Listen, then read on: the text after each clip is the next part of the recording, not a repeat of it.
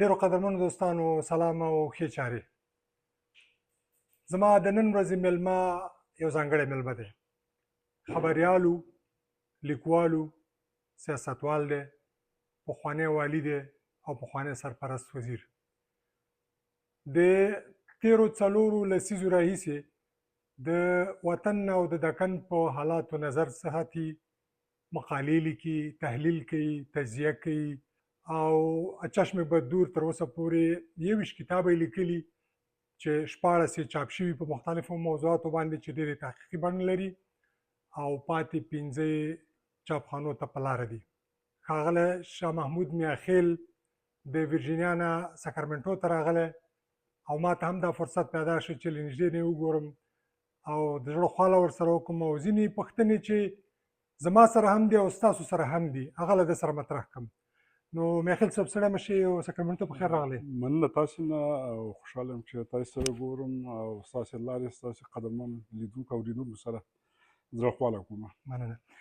که د دې نه پیل کړو چې تقریبا 15 لسیزې وشولې په افغانستان کې که د کیڼلاسو او که د ښیلاسو غورځنګونو یا د دغو د لارې کودتاګانو لارې په افغانستان کې تحول او بدلون راغی. په دنیا په نورو برخو کې هم کودتاګانې کېږي، نظامونه بدلیږي، مګر سیستم نه ړنګېږي. په افغانستان کې ولې د هر نظام دغه بدلون د ټوپک سره تړلی دی او نظام ورسره ړنګېږي؟ د دې وجه څه ده؟ تر کوم حده پورې چې ما مطالعه کړل او زموږ په مخ کې تقریبا تیر شول د ظاهرشاه د دورې نه را په دې خوا د تحولات هم ټول ولیدل سره او وروسته چې بیا هم ارزونه م کړې ده. علت یې دا دی چې دغه چا چې قدرت نیولی دی دیو یوازې د قدرت نیولو دپاره پلان درلود، که هغه په سیاسي لحاظ باندې و او که په نظامي لحاظ باندې و، خو دیو د حکومتولۍ دپاره پلان نه درلود. او په افغانستان کې زه فکر کوم چې همدغه فیلر اف ګورننس یا د حکومتولۍ خرابوالی د دې باعث شو چې خلک د حکومتونو یعنې شاکي شول او په مقابل کې حرکتونه رامنځته شول. د حکومتولۍ پروسې تعریف دا دی چې یعنې هغه عمومي چې مشارکت د خلکو په تصمیم نیولو کې او همدارنګه احتساب دی. صحیح. نو دلته مشارکت د خلکو ورک شو، یو ګروپ یا یو ډله یو شخص قدرت ونیو، نور یې نفع کړل او دغه د نفع او انحصار سیاست د دې باعث شو چې بهرنۍ مداخلو ته په خپله د حکومت په مقابل کې خلک راپاڅېدل، ناراضه شول او سقوطونه رامنځته شول. خو افغانستان کې بدبختي دا وه چې زموږ د دغه تحولاتو پکې استخباراتو د منطقې د سیمې دنیا یعنې ټولو پکې لاس پیدا کړ او باعث د دې شو چې حکومتونه ړنګ شول، یعنې تغییر د حکومتونو رانغی، نظامونه ړنګ شول.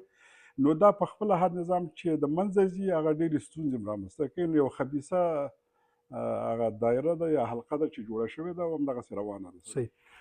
د دې پوښتنې ترڅنګ یو بل شی زما ذهن ته راغی او هغه دا چې په افغانستان کې که د کیڼ لاس د خلقو د پرچم ګوندونه و که یا نور نشنلیستي افکارو والا و که د هجرت او د دغه جهاد په مهال د غازیانو ګوندونه و، دوی چا پرولتاري انقلاب چې هغه د ټولې نړۍ دپاره و او چا د امت چغې وهلې چې امت اوس په ملت بدل شو، ملت اوس په ملیتونو وړو وړو حلقو باندې تقسیم شو.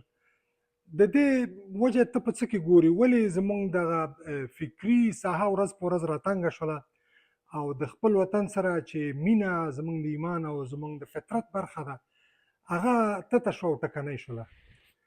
کله چې جنګونه اوږدېږي نو دلته دښمنیګانې، رقابتونه، عقدې، دا مسایل ټول رامنځته کېږي او بیا خلک چې څوک محروم پاتې کېږي او یا که محروم نه دي غواړي چې قدرت هم ونیسي نو هغه بیا ټول شکایت کوي. تاسې دا د جمهوریت په وخت کې ولیدل چې څوک په داخل د جمهوریت کې هم شکایت یې کوو، بیرون د جمهوریت نه به هم شکایت یې کوو، چوکۍ به درلودله هم شکایت یې کوو، غریب موړ ټول خارجیان هم شکایت کوو، داخلیان هم شکایت کوو. نو دلته بیا هغه لکه هغه یو نیشنل انگزایټي چې ورته وایي یو ملي تعصر دغه رامنځته کېږي، هغه ډپریشن په رواني، نو په حقیقت کې خلک په رواني مرض اخته دي. نو هغه اصل مسله ترې پاتې وي چې آیا زه اوس ملت نه منم یا ها افغانستان نه منم یا افغانیت نه منم، نو زما مشکل به حل شي. ها حال دا چې مشکل نور مې اضافه کېږي، اضافه یعنې کېږي. حل صحیح کېږي نه سره. صحیح نو دلته جنګونه رواني مشکلات هم رامنځته کوي، صحیح او دا څوک چې هغه ملي منافع په شخصي قبیلوي یا په سیکټریستي په وړو دغو کې ګوري، نو دا په خپله یو نوع رواني مرض هم دی، ځکه صحیح چې د افغانانو هغه ملي ګټې په ملي نظام کې خوندي دي. صحیح که هغه نه وي نو بیا نتیجه نه ورکوي سره. صحیح. د نیویارک نوي ځوان ښاروال زهران ممداني چې یو تاریخ یې ولیکه، د تېره ورځ په یوه مرکې کې ما وکتل او ده وویل چې زه په افتخار سره وایم چې زه د یوګندا تابعیت لرم، په یوګندا کې زیږېدلی یم، سره د دې چې مور پلار یې د هندوستان دی او دی اوس په نیویارک کې دی او ډېر لوی چوکۍ ته ورسېده. دی یوازې په یوګندا کې پیدا شوی دی، مګر هغه خپل هویت او هغه خپل آیډنټیټي او خپل د زوکړې او د پیدایښت ځای باندې افتخار پرې کوي.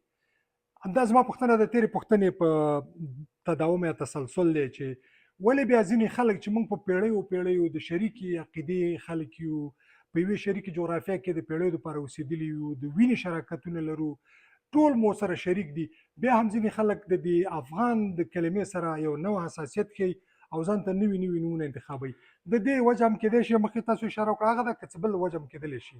ښه، اول خو دا څوک چې افغانیت نه مني یا د افغانستان نه منکر دي، که فیصدي په لحاظ باندې واړه، حتی په خپلو قومونو کې هم دې و ځای نه لري، او ډېر محدود کسان، یعنی که په هر قوم کې حساب کې 100 200 500 یا 1000 کسه نه کېږي. صحیح نو دا د ټول هغه قوم او د ټول افغانستان او د افغانانو استازولي نشي کولی. په دې دغه کې سره مشکل دا دی چې دغه کسان اصلا بله اجنډا نه لري، او دا هم یو نوع رواني مرض دی چې ته بله اجنډا نه لري، بله لاره نه لري، نو راشي یو منفي شیانو باندې بحث وکړه، او منفي شیان چې یو څه طرفدار ځان ته پیدا کړي او خپل بازار او خپل دغه ګرم سر وساتي، خو اما دا تاثیر نه لري، ځکه چې د افغانستان مسله بحث تېره ورځ کې ما یوه لیکنه کړې وه چې د افغانستان مسله یا د افغانستان د افغان مسله دا ادبي بحث نه دی، دا سیاسي بحث دی. صحیح. او د کله چې نیشن بلډینګ یا ملکونه جوړ شول د 19مې پیړۍ نه را په دې خوا، نو خبره دا ده چې دلته دغه هویت افغانستان ته ورکړل شوی دی، درست، دا منل شوی دی، او څوک چې په افغانستان کې اوسېږي هغه ټول افغانان دي، که د هر قوم ژبې دي او دغه دي سره. نو د دې بدلول زه فکر کوم چې امکان نه لري او نه افغانستان کې تجزیه کېدلی او جدا کېدلی. نو دا 40-50 کاله خو موږ تاسې ولیدل، مداخلې، تهاجمونه، دربدرۍ، مهاجرتونه نه شول، ځکه که افغانستان تجزیه کېږي باید د ټوله جغرافیه د منطقې تجزیه شي. صحیح. او دا امکان نه لري، او دا د ګاونډیانو په ګټه هم نه ده، که نه، یعنې په دې کې نو داسې یو زه فکر کوم چې ډېر مؤثر دی، نو ډېر باید سړی پرې بحث وکړي. تاسو د مؤثریت او د اغېزمنتیا خبره یاده کړه، تاسو په جریان کې وئ او په ډېر لوی مقام کې مو کار کوو د اشرف غني صاحب د حکومت په وروستیو کې. څومره چې زه معلومات لرم نو هلته د وزارت عدلیې سره 107 سیاسي ګوندونه د دوی سره ثبت نام کړی و، نومونه یې ورسره لیکلي وو. په دې وروستیو کې تاسو او ستاسو نږدې همفکره ملګرو او همکارانو یو سیاسي خوځښت او یو سیاسي ګوند به ورته وایم هغه مو جوړ کړه. که د ګوندونو مؤثریت درلودلی او د افغانستان د معضله او ستونزې حل کولی شولی، خو 107 ګوندونو یا تنظیمونو به حل کړې وه، ستاسو ګوند یا دغه سیاسي بهیر چې تاسو پکې ډېر مخکښ رول لرئ، د دې اثر او اغېزمنتیا یې په هېواد کې څومره ده؟ اول خو دا ده چې موږ غټ مشکل چې دی د افغانستان تخنیکي نه دی، سیاسي مشکل دی، او د سیاسي مشکل لپاره ته سیاسي احزابو ته ضرورت لري. صحیح. ته نشي کولی چې سیستمونه یا حتی مذاهب په افرادو کې ته مطالعه کړي. معنا دا ده چې په یو ډله کې یو سړي فرضاً په اسلام کې یو سړی بد کار کوي، نو ته وایې چې ټول اسلام خراب دی، داسې خو نشي کېدلی. صحیح شوله. نو بعضې ارزښتونه دي، منل شوي ارزښتونه چې په دنیا کې هم د اسلام له نظره، هم د اوس ماډرن د حکومتولۍ نظره، موږ احزابو ته ضرورت لرو. صحیح. او بې احزابو ته نشي کولی چې ثبات په افغانستان کې مهم. رامنځته شي. مهم. انفرادي سیاست هم نتیجه نه ورکړي که نه. صحیح. خو خبره دا ده چې اوس طالبان په طور مثال طالبانو تحریک دا په خپل یو حزب دی صحیح. او کوم کسان چې حزب یې درلوده کوم حرکتونه یې درلودل هغه مطرح هم دي اوس. مهم. څوک چې نه لري هغه مطرح هم نه دي. مهم. نو په دې خاطر باندې موږ مشکل هم دا دی چې خلک به یا چپ ته تلل یا به ښي ته تلل. بله. موږ ملي احزاب روش ونه کړه په دې دغه کې. نو زموږ خوځښت چې دی دا یو فکري خوځښت دی چې جمهوري ارزښتونو باندې دی او جمهوري ارزښتونه دا چې یو ملک باید قانون اساسي ولري. صحیح. هلته ولس رول باید ولري، هلته د نفع او انحصار د قدرت سیاست نه وي. ټول افغانان که هغه په هر فکر او دغه دي هلته باید سره ژوند وکړي او روزګار سره وکړي. ځکه چې زموږ د نفع او انحصار د سیاست قدرت په نتیجه کې بهرنۍ مداخلې او جنګونه په افغانستان کې رامنځته شوي دي. د هېواد نه د باندې سیاسي، کلتوري او اجتماعي او خیري بنسټونه ټول جوړ شوي دي او په لسګونو نه بلکې په سلګونو دي. خو د دې ټولو ترمنځ یوه ډله چې هغه تر څومره چې زه معلومات لرم په داخل کې خو هېڅ کوم ځای دی په کنټرول او په خپل تسلط کې نه لري، مګر بار نه دوی دا ادعا لري چې مونږ ملت زمونږ سره دی او مونږ ډېر عملیات لرو او مونږ هلته ډېر پرمختګ کړی دی او ډېر زر ده چې مونږ به ډېر څه ترلاسه کړو. دغه چې ځان ته مقاومت وایي او د سولې په ځای په ټوپک او د قلم په ځای باندې په همدغه بل اړخ باندې لنګر اچوي او تاسو یو سیاسي غورځنګ یا بهیر یاستئ یا ګوند یاستئ، تاسو منځ کې کومه هماهنګي، تفاهم، رابطه څه شی لرئ؟ اول خو دا ده چې ټول سیاسي ډلې چې کوم یو دي که او که نور حرکتونه دي، مدني حرکتونه دي او حتی طالبان پخپله دي، بله، دا د ټولو افغانانو د ټول ملت اساسوالي نشي کولی. ځکه تر څو چې ملت چاته رایې نه ورکړي نو هېڅوک د یو ډلې د ټول ملت یعنې اساسوالي ادا نشي کولی. نو دوی هم نشي کولی چې که هغه هره ډله وي سره په دې کې ما د خپلې ډلې د ګروپ اساسوالي سړی کولی شي، صحیح، خو د ملت نشي کولی. بله. دویمه مسله دا ده چې موږ رابطه مو سره درلودله. اوله کې زموږ نظر واضحه دی چې موږ په جنګ باندې عقیده نه لرو. موږ په افغانستان کې ځکه جنګ د مسایلو لارې حل نه دی. د نفع او انحصار د قدرت سیاست نه پخوا نتیجه ورکړله، نه اوس نتیجه ورکوي، نه په راتلونکي کې ورکوي سره. نو په دې خاطر باندې د دغه نظامي ډلو هغه اجنډا روایت دا اصلا ملي نه دی.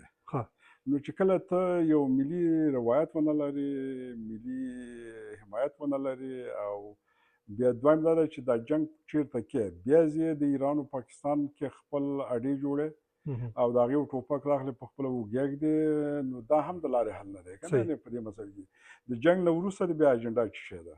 نو بیا غواړي چې قدرت په زور ونیسي، نو زور خو قدرت یوې ډلې نیولی دی، بل هم نیولی دی، نتیجه نه ورکړی، جنګ روان دی سره. ځکه ډېر خلک وایي چې نه په دغه غیر جنګي سیاسي فعالیتونو باندې نتیجه نه ورکوي، خو جنګ هم نتیجه نه ورکړې یعنې په افغانستان کې سره. دا نن چې طالبان په رسمیت نه دي پېژندل شوي، علت نظامي دغه نه ده چې نظامي مداخلې یا جنګ وي، خو دغه سیاسي مبارزه چې کوم یو ده د فکر مسله ده. دا کوم سیستم چې دی روان کړی دی دا قابل د قبول یعنې د په ملي سطح باندې نړیواله سطح باندې نه دی. نو په دې خاطر باندې زه فکر کوم چې ټولو په ډلو دپاره که هغه د طالبان دي او په خپله طالبان مخالفین دي، دوی باید یو فکري تغییر په خپل فکرونو کې راولي او هغه دا ده چې دا افغانستان د ټولو افغانستان دی، ټول پکې حق لري، ټول پکې باید رول ولري او هېڅوک نشي نفي کولی. د تېر تاریخي تجربو نه باید سړی استفاده وکړي، سره او دوام کولی شي، قدرت به ولري، خو آرامي او ثبات او پرمختګ هېواد ته نشي راوړلی.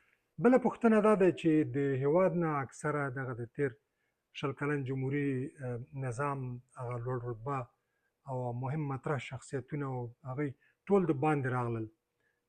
دغه خلک ستاسو په باور دوی څومره به دا ملت به په دوی باور وکړي چې د دغسې یو سابقې چې اکثر یې، زه نه وایم چې ټول به وي، خو اکثره یې دا دي چې په مختلفې ټاپې ورباندې لګېږي او د دوی تاریخچه او هغه سابقه چې سړی ګوري ډېره روښانه، د ځینو ډېره روښانه نه ښکاري. ته فکر کوي چې دغه شخصیتونه چې ځان مطرح بولي دوی به بیا هم په افغانستان کې کوم ځای به ځان ته ولري او که دا یوازې لکه مخکې تاسو د یو مارکیټ خبره پیدا کړه چې ځان لپاره مارکیټ پیدا کړي او په میډیا کې صرف مطرح شي او آینده کوم رول به ونه لري؟ زه خو خپله په د افرادو باندې دومره دغه نه لرم ځکه چې افراد هر څوک خپل ځان لپاره به یو فعالیت لري په ټولنه کې به یو رول لري سره صحیح خبره د سیستم ده که داسې سیستم رامنځته شي چې هغې کې ولس رول ولري نو ولس په خپله بیا انتخاب کولی شي د ښو او بدو او که څوک مبارزه یا حرکتونه په دې خاطر ماني چې زه به بیا هلته ځم قدرت به نیسم او په هماغه شکل به ځمه نو دا خو بیا نتیجه نه ورکوي سره دا کوم دغه دی البته موږ سیستم ته ضرورت لرو چې خلک رول ولري او بیا د خلکو خوښه ده چې رقم نظام ځان ته تعینوي څه رقم تګلاره تعینوي او په چا باندې لاس ږدي او په چا باندې لاس ږدي چا باندې باور لري دا بیا وروستۍ خبرې دي اوس موږ خبره دا ده چې افغانستان بیا د نیابتي رقابتونو جګړو مرکز نشي ځکه که نفع انحصار دغه چې وي خامخا یو ډلې ورته تقویه کېږي منطقي هېوادونه یې تقویه کوي نور یې تقویه کوي سره دا د افغانستان په ګټه باندې نه ده موږ په دې کې نو په دې خاطر باندې موږ ویل چې دغسې یو زمینه چې هغه مساعده شي او دې دپاره یوازینۍ لار دا ده په اوس وخت کې ځکه که ګاونډیان کوم تصمیم نیسي هم زموږ په درد نه خوري که نړۍ نیسي هغه د خپلو ګټو لپاره یې نیسي موږ دپاره دا ده چې موږ یو د افغانستان د شرایطو سره یو ملي لوی جرګې ته ضرورت لرو او دغه لویه جرګه ځکه مهمه ده چې دې کې دا مسؤلیت د طالبانو ده چې دې ته زمینه مساعده کړي که مساعده نشي چې هغې کې خلک خپل ځان لپاره د آینده تګلارې هغه روډ میپ چې ورته وایي تعیین کړي نو بیا هغه کې بیا سړی کولی شي چې ثبات افغانستان ته رامنځته شي او که هغسې نه وي چې طالب وایي چې ما قبضه کړې ده او دا بل وایي چې زه د جنګ له لارې حل کوم او افغانان هم سره پراګنده وي او هېڅوک په آینده باندې مطمئن نه وي دا د افغانانو په ګټه باندې نه ده په یوه جمله کې که راته ووایي له نن نه 50 کاله وروسته تاریخ به څه ولیکي چې شاه محمود میاخیل څوک و نو دا په تاریخ قضاوت کوي په هغه کړنو باندې لیکنو باندې په اعمالو باندې نو دا قضاوت زه خپله نشم کولی ځکه خپل ځان باندې سړی قضاوت نشي کولی بل به قضاوت کوي ډېره مننه ډېرو منلو ښاغلو دوستانو دا وه د ښاغلي شاه محمود میاخیل صاحب سره زما ځانګړې بنډار او مرکه امید ده چې دې کې ځینې ناویلې خبرې به ستاسو لپاره به جالبې او نوې به وي مینه او مننه تر روان پروګرام پورې مو په رب سپارم یار زنده صحبت باقي مننه